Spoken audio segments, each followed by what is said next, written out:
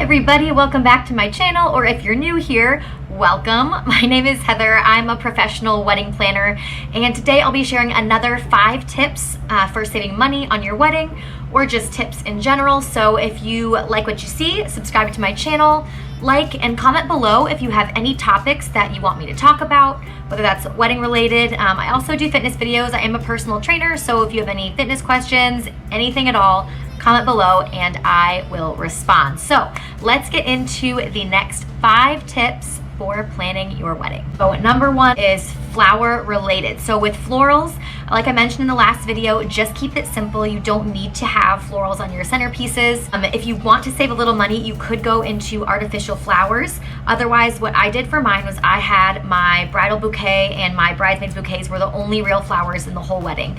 Otherwise, my florist had some Italian ruscus that she put in the middle of the tables with candles. Now, this is kind of a pro tip that I learned from my florist is a lot of people like eucalyptus garland.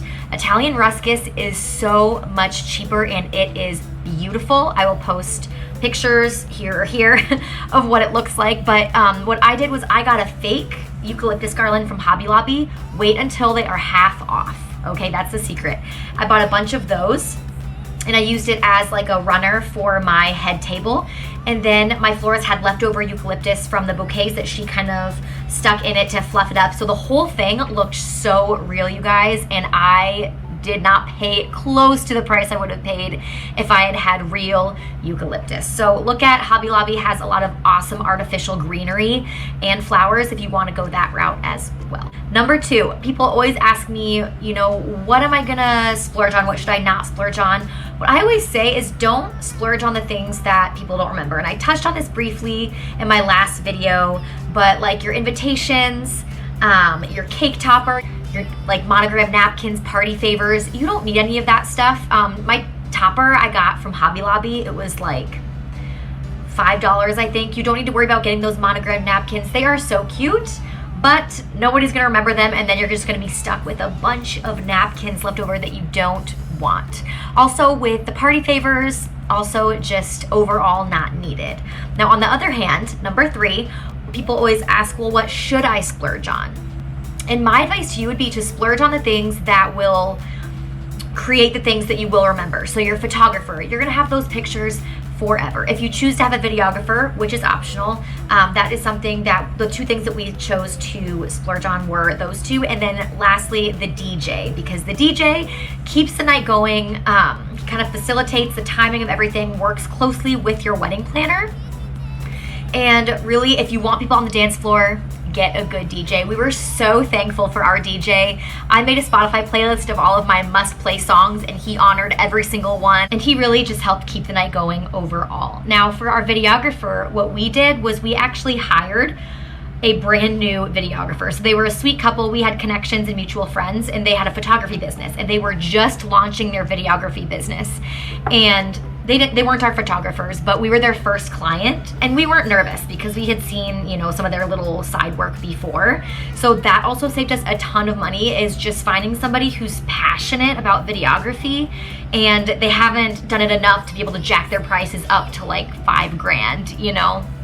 So we were really, really thankful for our videographers as well. The 4th thing is cake related. So for our cake, we just got a small 2-tier naked cake. Again, people won't really remember your cake. You'll have pictures of it and you want it to taste delicious.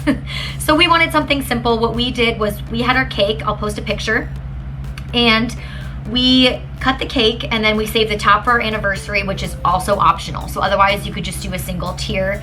And then we had the cake available to family and like our wedding party if they wanted it. And then we had cupcakes for everybody else. And I think some guests even ended up getting cake. There was like, it was actually a lot. And make sure you have somebody to cut the cake, because some charge up the wazoo for a fee if you decide last minute. So just keep that in mind as well.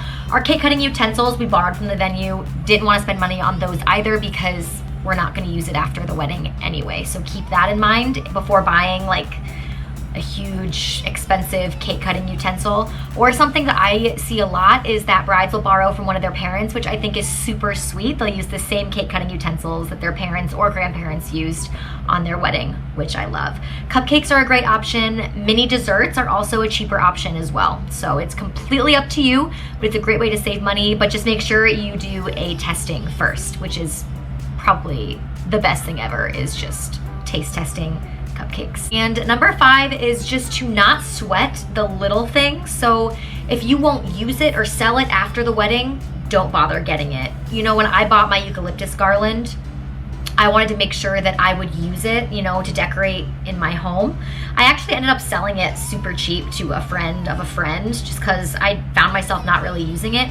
But otherwise, I didn't have any leftover stuff from the wedding that I was stuck with. Everything that I had was either gifts. I think that was even pretty much it. And like the table numbers, which I got on Amazon for super cheap, which I can easily resell or just toss because they were literally $10. I'll have a picture of them here too. They were so cheap, you guys, and you don't need to splurge on all of these things. The things you're not gonna keep, don't sweat it. If it's not gonna decorate your home someday or be of sentimental value to you, don't sweat it. We had a lot of framed photos for like the guest book table. We had people sign like a board. We hang it in our house. We're not stuck with just kind of like a book full of names. So just be intentional with the things that you're going to use to decorate, and that way you won't have all this stuff at the end. You're like, wow, I really didn't wish that I would have spent my money on all of those things. Thank you guys so much for watching my second video. I hope this is helpful to somebody. Please give it a like if you found it helpful. And again, comment below if you have any ideas of things you want me to talk about in my next video. But those are my next 5, and stay tuned for part 3 because Lord knows I got more. Thanks guys for watching.